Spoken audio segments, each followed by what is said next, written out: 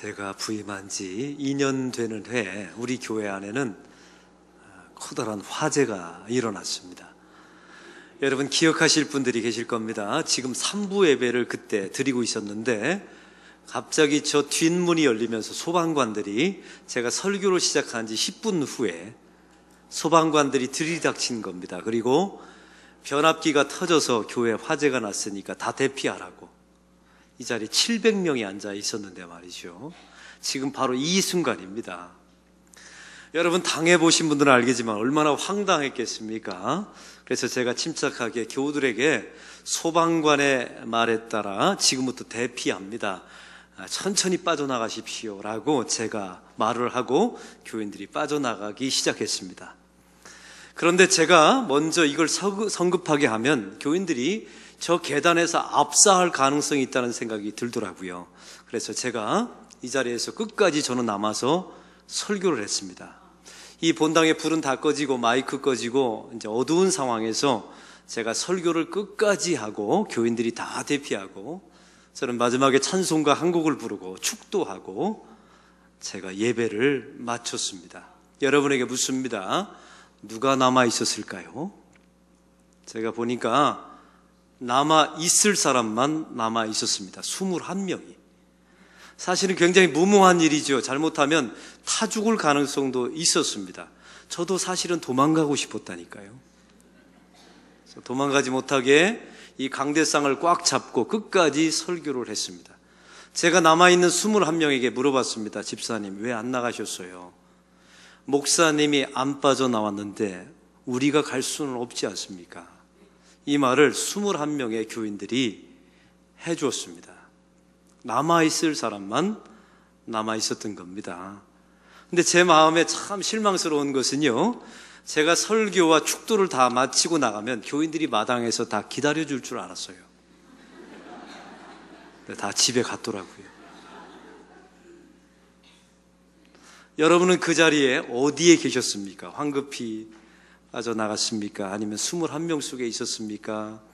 마당에서 기다리지 않고 집에 가버린 성도 중에 한 분이십니까? 얼마 전에 우리 부산 땅에 커다란 지진이 일어났습니다. 경주에서 시작된 지진이 부산까지 우리가 진폭이 오지 않았습니까? 우리 부산 시민들이 굉장히 놀랐고 우리 교우들도 아마 놀랐을 겁니다. 그 8시 반쯤에 진도가 울리는데 저도 이런 지진은 태어나서 처음 맛본 것 같아요. 얼마나 공포스러웠는지 모릅니다. 저는 내심 한 가지 기대를 했어요. 내일 새벽 기도는 미어지리라. 참 제가 순진했죠. 다음날 새벽 기도 왔더니 너무나 놀라운 일이 벌어졌어요. 누가 와 있을까요? 나올 사람만 나와 있더라고요. 어제와 똑같은 숫자만 나와 있어요. 저는요, 지진 이 정도 나면 나라와 민족과 조국과 이 지구를 위해서 기도하는 교인들이 많을 줄 알았어요. 그런데 올 사람만 와 있더라고요. 여러분은 그 자리에 어디에 계셨습니까? 연세대학교 초대 총장은 백낙준 총장님이십니다.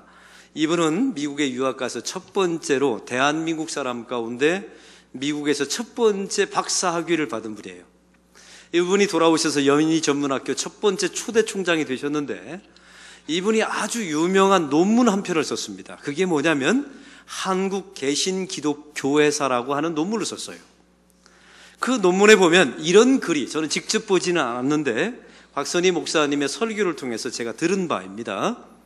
그 백낙준 박사님이 일제시대 때와 그리고 조선 말기에 활동했던 분이셨는데 그 당시 교회에 많은 사람들이 몰려들었다 합니다. 그런데 그 논문에 의하면 자기 자신이 보니까 그렇게 수많은 사람들이 교회에 몰려오지만 두 종류의 성도였다는 거예요. 첫 번째는 개화교인이 있더랍니다. 그 당시에 여러분 일제시대 때와 조선 말기 때 이 나라는 미개한 나라였습니다. 그때 가장 개화를 주도했던 사람들이 선교사이면서 교회였어요.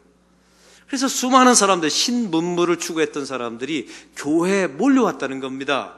그리고 그들이 와서 교회에서 연애도 자유롭게 하고 새로운 문물도 받아들이고 교회가 제일 재미있고 신기한 곳이 그 당시에는 교회였어요. 이게 개화교인이에요. 또 한 종류의 성도가 있는데 이건 기독교인이랍니다. 예수님을 믿고 영접하고 정말로 진실되게 하나님 앞에 거듭난 사람, 이 기독교인들이 있더라는 거예요. 처음에 교회에 몰려드는데 이게 개화교인인지 기독교인인지, 개화교인은 예수님을 영접하거나 믿는 사람이 아니었습니다. 그저 교회에 와서 노는 게 좋은 거예요. 교제하고 놀고 신분물을 받아들이고 이런 게 좋아서 오는 성도였단 말이죠. 구분이 안 됐답니다. 그런데 1911년도에 105인 사건이 벌어졌어요. 역사를 공부하신 분들은 알 거예요. 105인 사건은 일제에 의하여 기독교인들을 대대적으로 숙청하고 잡아들여서 죽이고 고문하고 10년, 20년 형량을 매겼던 그런 사건입니다. 105인 사건이에요. 예수 믿는 사람들이 다 잡혀 들어갔죠.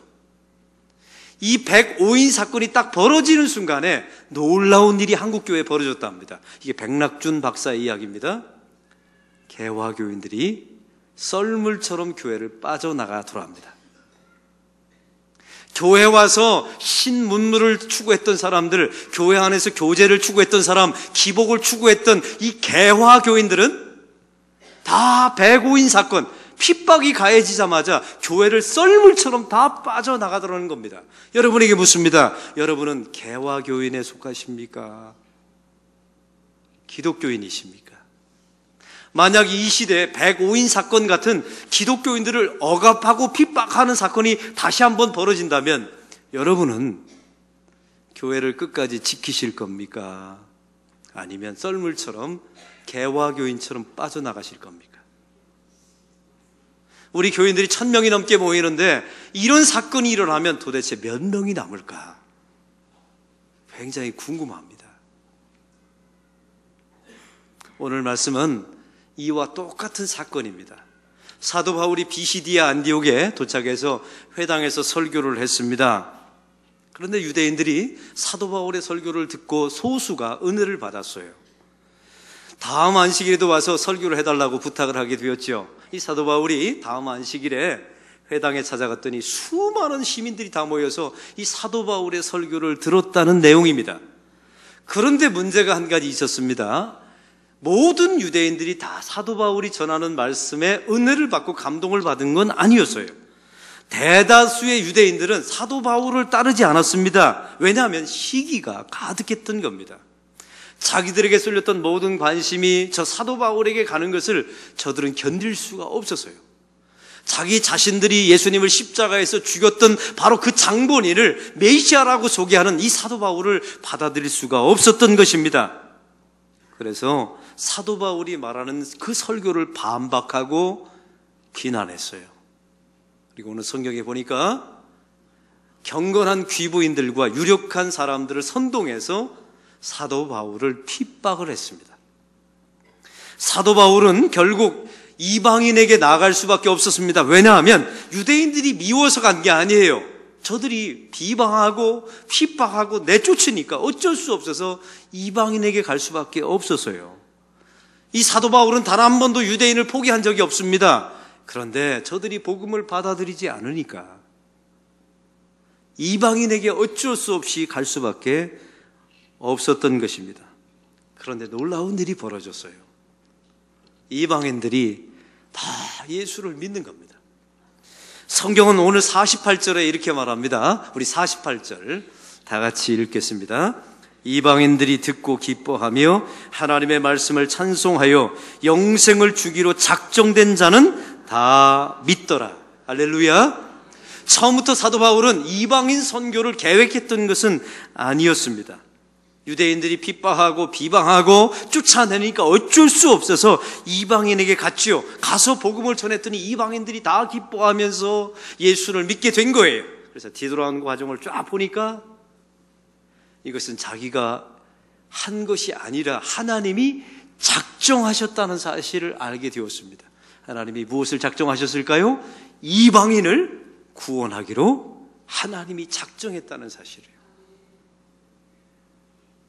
내가 한 게 아닙니다. 내가 노력해서 나의 자의적인 노력으로 여기까지 온 게 아닙니다. 하나님께서 전체를 계획하셨고 그 이방인을 구원하기 위해서 하나님께서 철저하게 계획하시고 이 사도 바울을 보내신 것이었습니다. 그래서 성경은 말하죠. 작정된 자는 다 믿더라. 한번 따라해 봅시다. 작정된 자는 다 믿더라. 사랑하는 성도 여러분, 이 말씀을 운명론적으로 받아들이면 안 됩니다. 모든 게 결정되어 있어. 이렇게 받아들이면 안 돼요. 예를 들면 어떤 이런 분들이 계세요. 하나님이 다 정해놓으셨어. 내가 전도해도 소용이 없어. 구원받을 사람은 내가 아니어도 다른 누군가를 통해서 구원하실 거야. 내가 노력한다고 뭐 되나? 내가 복음 한번 전했더니 저 사람이 거부하는 거 보니까 저 사람은 가라지가 맞아. 이런 방식으로 이 본문을 해석하라는 게 아닙니다. 이건 운명론이죠. 세상의 모든 것을 다 결정되어 있다고 말하는 미신과 하나도 다를 바가 없죠. 오늘 성경은 미래적으로 해석하면 안 되고 과거적으로 해석해야 되는 겁니다. 예를 들면 사도 바울이 이렇게 비시디아 안디옥에서 복음을 전했어요. 그런데 유대인들이 거부를 해서 쫓겨났습니다. 어쩔 수 없어서 이방인에게 복음을 전했더니 그들이 예수를 믿네요. 여기까지 왔습니다, 사도 바울이. 그리고 과거를 쭉 되돌아보는 거예요. 되돌아봤더니 하나님께서 보내셔서, 하나님이 계획하셔서, 하나님이 이끄셔서 여기까지 왔다는 것을 알게 되었습니다. 그제서야 고백하는 겁니다. 이제 결과를 보고서 작정된 자는 다 믿더라. 그 작정된 자가 누구였습니까? 이방인이었던 것입니다. 사도 바울을 보십시오. 본래 버가에서, 큰 해양 도시입니다. 버가에서 말씀을 전하려고 했죠. 근데 이게 습한 지역이라 말라리아가 많았습니다. 그래서 사도 바울이 풍토병에 걸리지 않습니까? 어쩔 수 없어서 요양차 사이프러스, 여러분 그 산맥을 넘어서 결국 어디로 넘어가게 됩니까? 비시디아 안디옥으로 넘어가게 돼요. 왜냐하면 고산 지역이기 때문에 고산 지역에 가서 요양차 간 겁니다. 사도 바울이 할 수 있는 것은 복음 전하는 것밖에 없었죠. 그 요양 생활을 하면서 회당에 들어가서 복음을 전했습니다. 그리고 복음을 전할 때 바로 유대인들이 거부하고 비방해서 이방 사람들이 예수 믿게 된 거예요. 이 모든 과정을 되돌아보니 작정된 자는 다 하나님께서 구원하셨다는 사실을 고백하게 되고, 이것은 내가 한 것이 아니라 하나님이 한 것임을 고백하게 됩니다. 그리고 영광을 하나님께 돌리게 됩니다. 이게 바로 과거적인 해석이에요. 되돌아보니 하나님께서 이방인을 구원하기로, 영생을 주기로, 하나님의 백성을 삼기로 작정하셨기 때문에 나를 여기로 보냈다는 사실입니다. 내가 한 게 아니었습니다. 제가 지지난주에 우리 피택 장로님들과 함께 5가정이 피택도 있죠. 경주에 수련회를 갔다고 말씀드렸죠. 저녁에 이제 수련회를 하면서 공동체 훈련을 제가 했어요. 부부끼리 저희 가정과 합쳐서 한 6가정이 됐겠죠.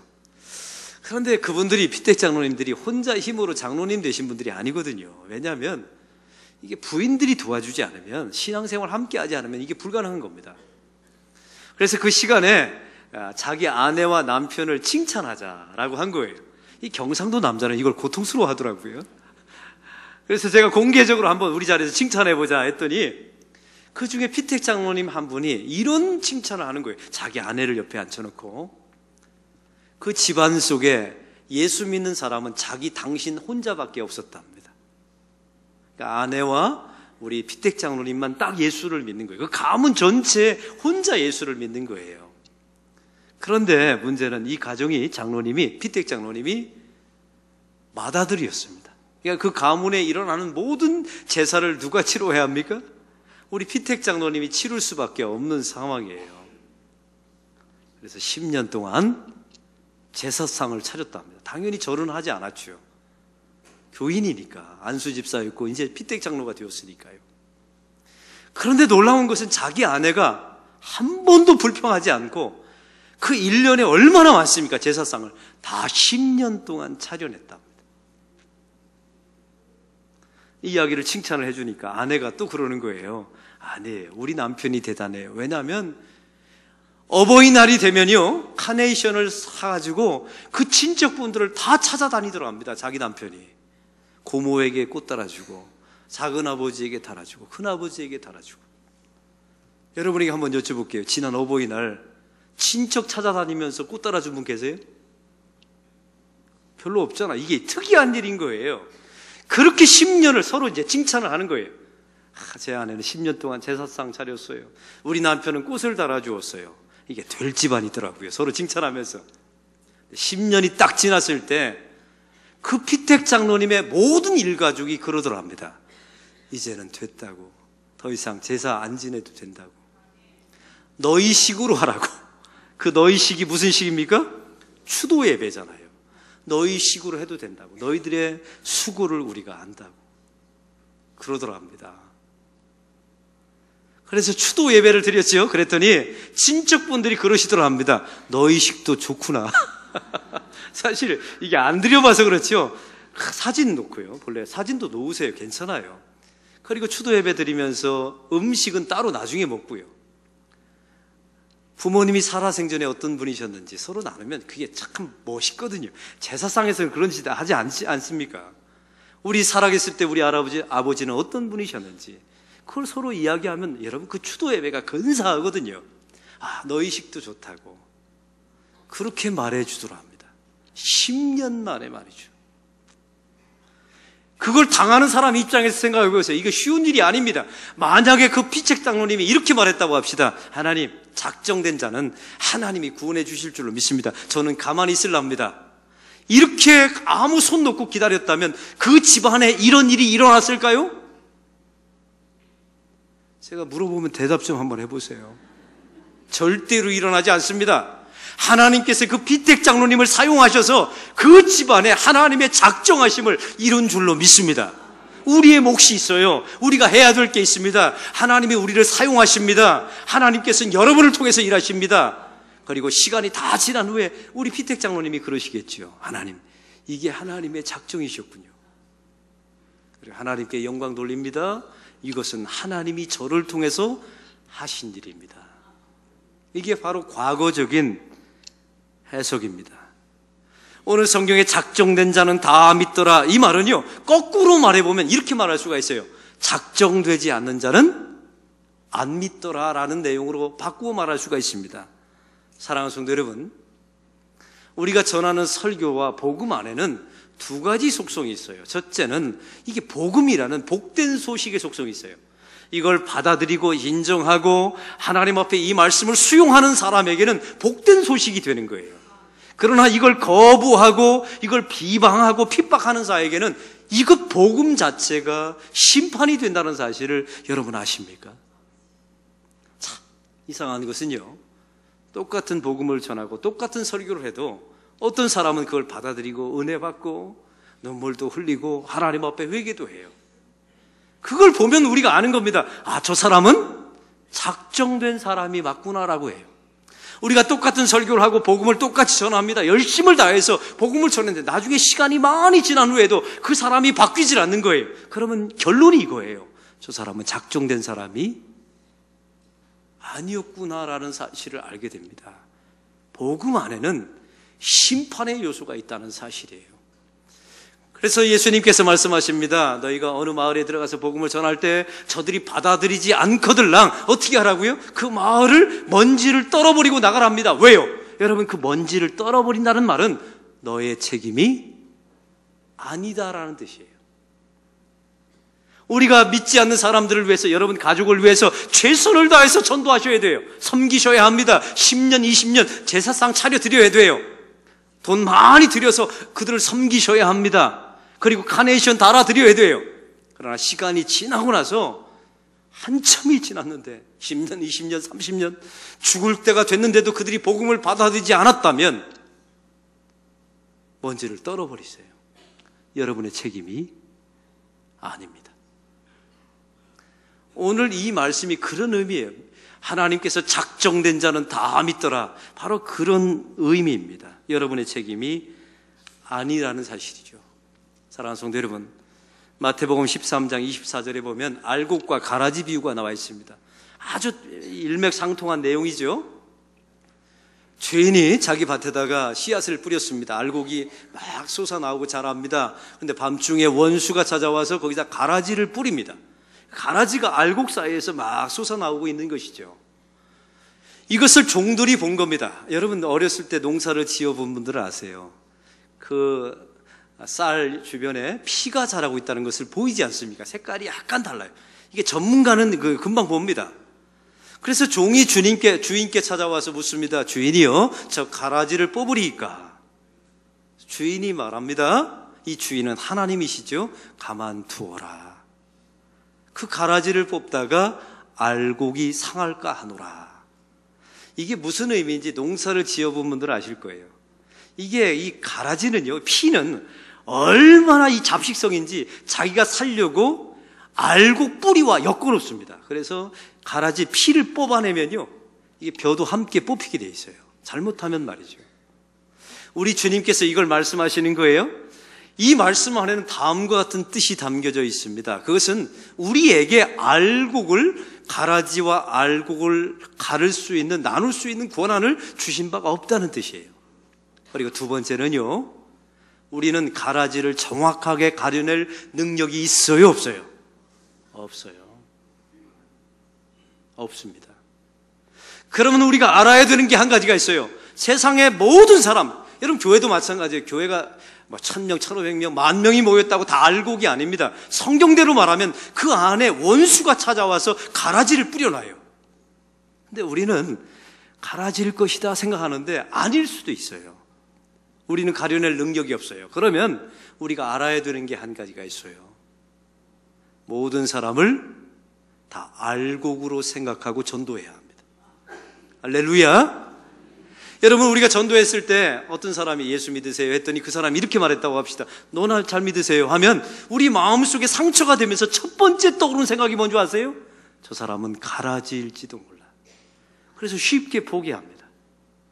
그럴까봐 주님께서 이 마태복음 13장의 말씀을 주신 거예요. 세상의 모든 사람을 다 알곡으로 여기고 그들에게 정성껏 최선을 다해서 복음을 전하고 하나님의 말씀과 영향력을 끼치라는 것입니다. 할렐루야. 성도들 가운데 보면요, 알곡은요, 특징이 한 가지 있어요. 여러분이 진짜 알곡인지 가라지인지 구별할 수 있는 방법 한 가지가 있습니다. 가르쳐 드릴게요. 알곡은요, 항상 이런 생각을 해요. 혹시 내가 가라지는 아닐까? 입만 열면 죄를 범하고 행동만 하면 죄된 행동이 나와요. 하나님, 혹시 제가 가라지는 아닙니까? 저를 불쌍히 여겨주시고 가라지가 맞다면 하나님, 저를 알곡으로 바꿔주십시오. 이렇게 기도한 적이 있다면 제가 단연코 선포합니다. 여러분은 알곡입니다. 그런데 이 가라지는 특징이 한 가지 있어요. 가라지면서 가라지가 아니라고 말해요. 이 가라지는요, 바리새인과 유대인, 사두개인들이, 여러분 이런 사람들이 다 가라지 아닙니까? 하나님을 잘 믿는다고 자신합니다. 나만 하나님과 소통한다고 말합니다. 세상에서 가장 나 같은 사람이 구원받아야 된다고 생각해요. 자기 자신을 알곡이라고 철석같이 믿습니다. 이 사람은요, 죄송하지만 가라지일 가능성이 아주 농후합니다. 제가 여러분에게 묻습니다. 여러분은 어떤 생각을, 자기 자신에 대해서 어떤 생각을 하십니까? 그래서 우리는 주변에 있는 모든 사람을 다 알곡으로 생각하고 최선을 다해서 복음을 주님 오실 때까지, 아니 우리의 생명이 다할 때까지 전하는 거예요. 그리고 나서 결과가 있을 거 아닙니까? 우리가 죽을 때가 되든 저 사람이 죽을 때가 되든, 죽을 때 저 사람이 영접했거들랑 이렇게 고백하시면 됩니다. 하나님, 되돌아온 세월을 보니 저 사람은 마지막 순간에 예수 믿는 것 보니 작정된 사람이었군요. 저를 통해서 하나님께서 역사하신 줄로 믿습니다. 이렇게 고백하면 되는 거예요. 여러분이 그렇게 공을 들이고 여러분이 그렇게 복음을 전했는데 마지막 순간에 예수를 안 믿고 죽는 사람이 있어요. 그 사람은 뭐라고 말씀하시면 됩니까? 저 사람은 하나님께서 작정한 사람이 아니었던 겁니다. 그리고 그 자리에서 먼지를 떨어버리세요. 여러분 책임이 아닙니다.